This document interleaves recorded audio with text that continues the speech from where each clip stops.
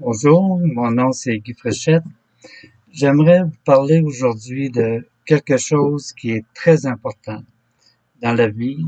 Je pense que c'est vraiment une nécessité de réfléchir sur ce sujet. C'est c'est de savoir où qu'on va après la mort. Hein, on peut spéculer sur beaucoup de choses. On peut dire, on peut penser que on va se réincarner là, dans un animal ou encore on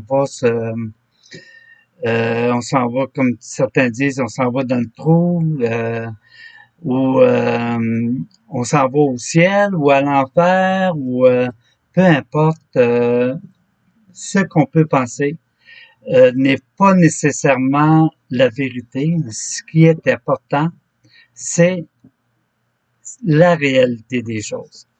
Et la réalité vient de la parole de Dieu et que Dieu nous parle à travers la Bible, hein, à travers les Écritures.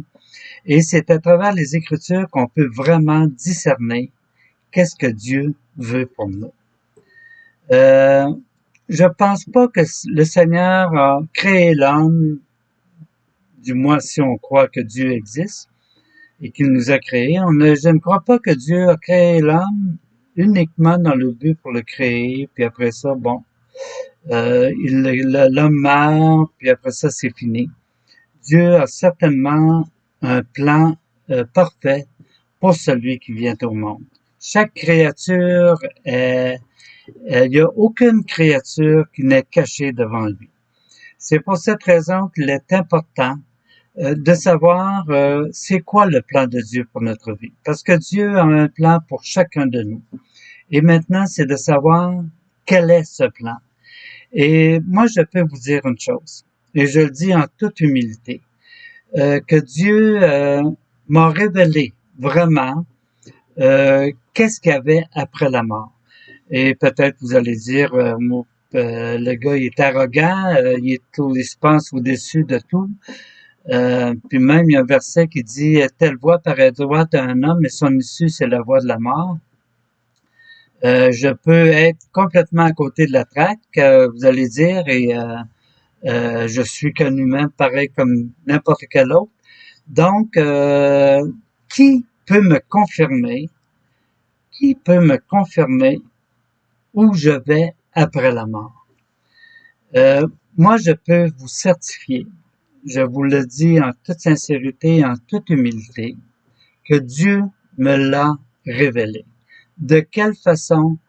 Par son esprit qui m'a rendu témoignage comme quoi que j'étais vraiment son enfant, que j'étais sauvé, et il m'a vraiment donné la certitude où que j'allais après la mort.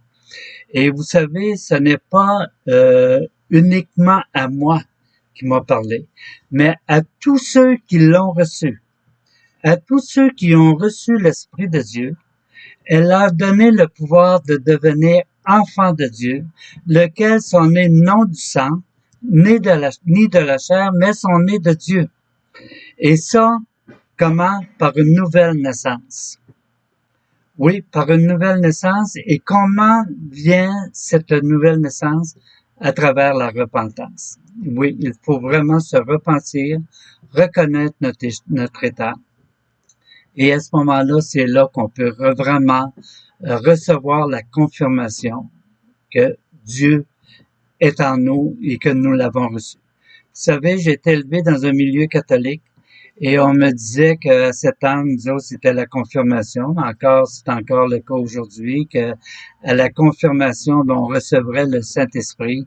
Mais je peux vous dire que je n'ai jamais reçu le Saint-Esprit jusqu'à ce que j'ai l'âge de 22 ans. Je me suis converti en 1973. Je suis né en 1951.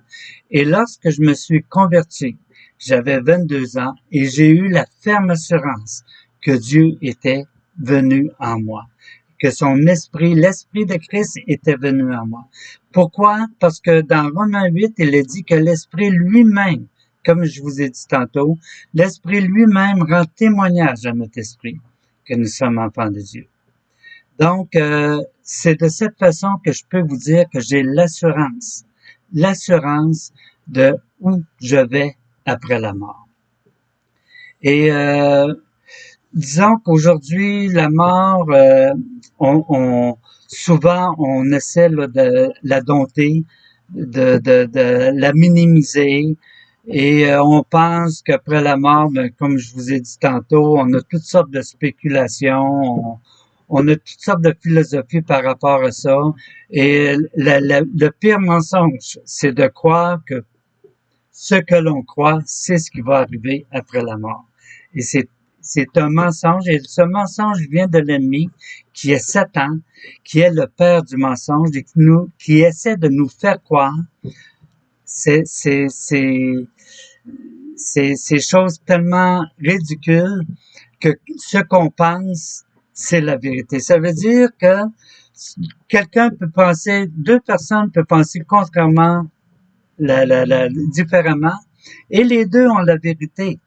Et c'est quelque chose que vraiment, qui sont quasiment impossibles. Prenez comme un exemple, on va à la caisse ou à la banque, si vous voulez, et on échange un 10 $, puis on demande 2 $, en échange de notre 10 $. Et quelqu'un vient pour lui remettre les 2 $, puis il dit non, moi là, pour moi la vérité là, moi je vais avoir 3 $, au lieu de 2 $, pour mon 10 $.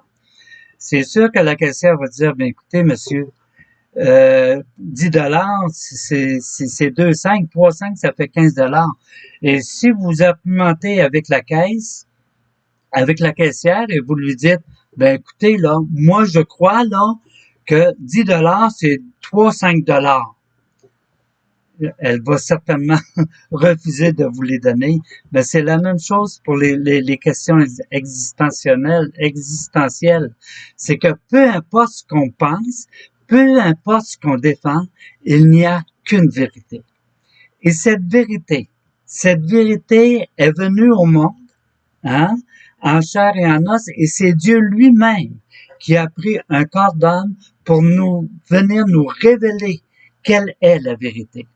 Et c'est Jésus-Christ lui-même qui est venu, le Fils de Dieu, hein, qui est né de Dieu, Dieu lui-même en tant que Fils, est venu sur la terre et nous a confirmé qu'il était la vérité. Il dit, je suis le chemin, la vérité et la vie. Nul ne vient au Père que par moi. Il n'y en a pas d'autre chemin. Il y a seulement qu'un chemin, et le chemin, c'est Jésus-Christ. Donc, il dit aussi, je suis la vérité et la vérité va vous libérer. C'est que lorsqu'on croit en Jésus-Christ, il nous libère de la mort. Dans Hébreu, il est dit qu'il est venu sauver ceux qui avaient peur de la mort. Et si vous ne craignez pas la mort, vous la prenez comme quelque chose de secondaire, de quelque chose de normal. On meurt, puis peu importe où qu'on va, c'est pas grave. Et je vais vous dire, vous allez avoir un méchant problème après la mort. Et après la mort, il y a 2 endroits qu'on va. C'est dit que après la mort vient le jugement. C'est-à-dire que il s'est dit aussi qu'il était donné à l'homme de mourir une seule fois. Après quoi vient le jugement. Donc, oublions la réincarnation. Si on se fie à qu'est-ce que les Écritures disent, à qu'est-ce que la Bible dit, à ce moment-là, soyez sûrs, il n'y en a pas de résurrection. Il n'y en a pas de réincarnation. Et aussi, après la mort vient le jugement. Et il y a 2 endroits qu'on va après la mort.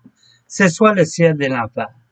Je sais, aujourd'hui, on parle de l'enfer, on la ridiculise, les humoristes, on a entendu de fois les humoristes qui ridiculisaient l'enfer avec Pierre, puis la barbe longue, puis tout ce qui peut minimiser la croyance de l'enfer, ou Satan avec les cornes, sa fourche, tout ça.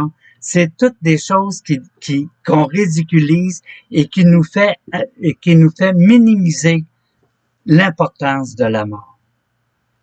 Et si vous vous convertissez à Jésus-Christ, moi je peux vous certifier que à ce moment-là, vous aurez l'assurance éternelle, l'assurance que vous êtes sauvés. Et il y a une chose, vous aurez pas l'assurance où vous n'aurez pas à dire que je vais être probablement sauvé si je fais des bonnes œuvres ou quoi que ce soit. Non. Vous êtes sauvés. Vous allez avoir l'assurance même que vous êtes sauvés. Et c'est dit que c'est par la grâce que vous êtes sauvés, par le moyen de la foi. Et cela ne vient pas de vous, c'est un don de Dieu. Ce n'est point par les œuvres afin que personne ne se glorifie. Voyez-vous, ça c'est dans Éphésiens 2:8. Ce n'est point par les œuvres afin que personne ne se glorifie. C'est logique. Si vous croyez que vous êtes sauvés par les œuvres, en faisant le bien, comme les musulmans croient que c'est un genre de balancier, si vous avez plus de bonnes œuvres que de mauvaises œuvres, à ce moment-là, vous allez être sauvés. Non. Les œuvres n'ont aucune importance dans votre salut. Pour être sauvé. Ils ont de l'importance après être sauvés, mais pas avant d'être sauvés. C'est pas les œuvres qui sauvent. Pourquoi? Parce que c'est Christ qui est venu mourir pour nous. À ce moment-là, si on est sauvé par nos œuvres, si on est sauvé parce qu'on fait du bien, à quoi sert le sacrifice de Jésus-Christ? Et c'est dit que tous ont péché. Dans Romains, c'est clair. C'est dit que tous ont péché et sont privés de la gloire de Dieu. Tous. Il n'y en a pas un. C'est dit aussi, pas même un seul fait le bien. On est tous corrompus jusqu'à la moelle. Par contre, une chose, c'est pour ça que Dieu a envoyé son Fils Jésus-Christ pour nous racheter.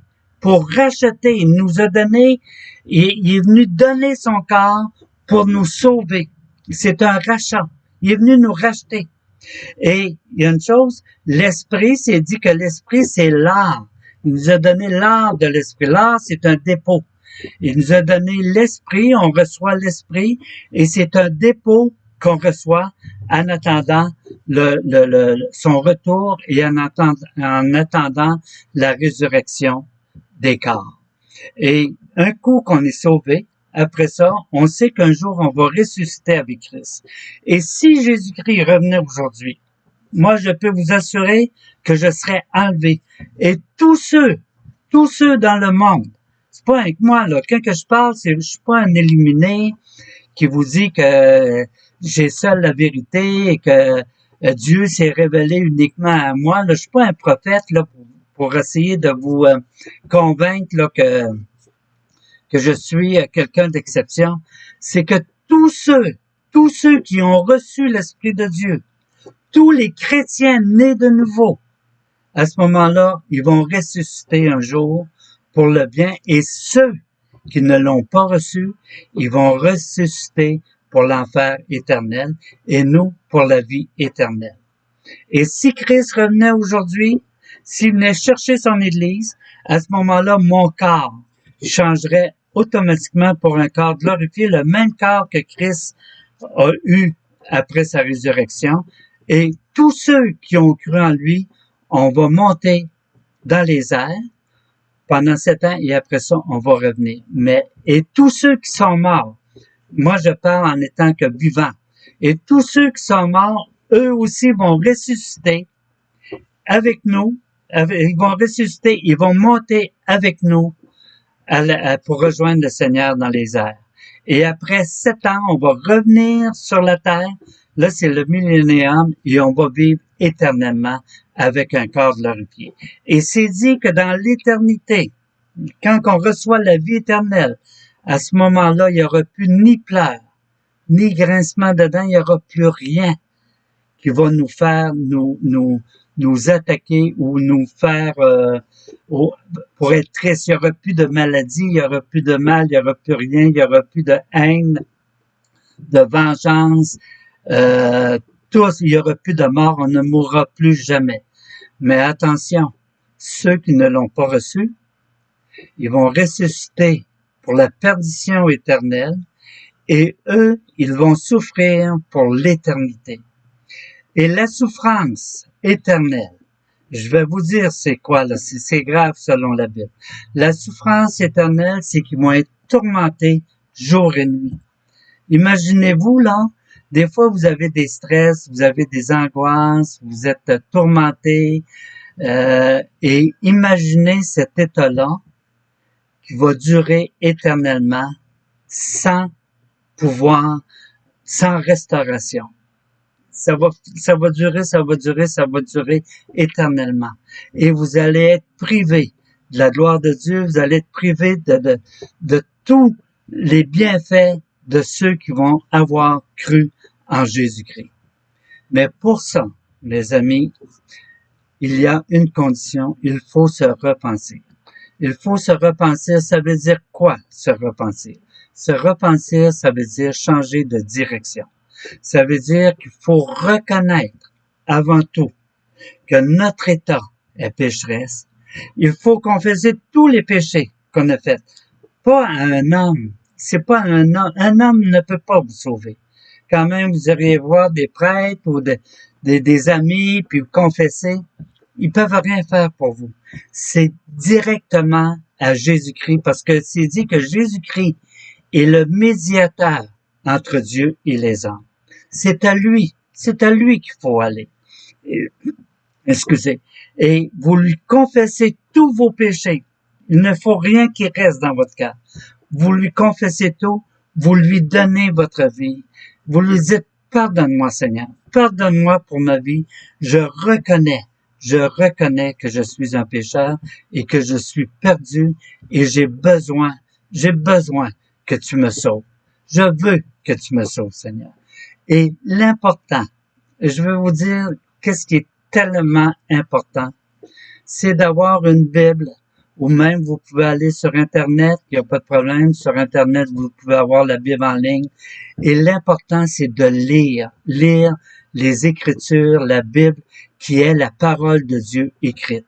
Et je peux vous assurer, comme je l'ai vécu, et comme tous ceux qui l'ont vécu, qui ont été sauvés, que en lisant, si vous êtes avec un cœur sincère, le Seigneur va vous inspirer. Il va vous diriger dans votre lecture et vous allez voir à un moment donné, il va commencer à vous parler. Vous allez voir qu'il y a un travail extraordinaire qui va se faire en vous. Et à ce moment-là, il va vous convaincre, comme c'est dit dans la Bible. L'Esprit nous convainc, c'est l'Esprit qui nous convainc de péché, de justice et de jugement. De péché, il va nous convaincre comme quoi qu'on est des pécheurs. De justice, que Christ il est venu payer pour nous racheter. C'est lui qui s'est donné, il a fait justice en mourant sur la croix pour nous. Et de jugement, que si on ne se donne pas à Jésus-Christ, on est perdu pour l'éternité. Donc, je vous laisse là-dessus. Et j'espère que ce court témoignage va vous convaincre de vraiment donner votre vie à Christ. Et l'important, c'est de commencer à lire la Bible. Vous pouvez lire à partir du Nouveau Testament, vous pouvez lire à partir de l'Ancien Testament, la lire au complet. Mais à tout moment, je vais vous dire, c'est sûr que c'est important de la lire. Et si quelqu'un veut communiquer avec moi, partager des choses, vous pouvez me joindre sur mon site, sur mon adresse email guyfréchette12@gmail.com. Merci de m'avoir écouté et bonne journée.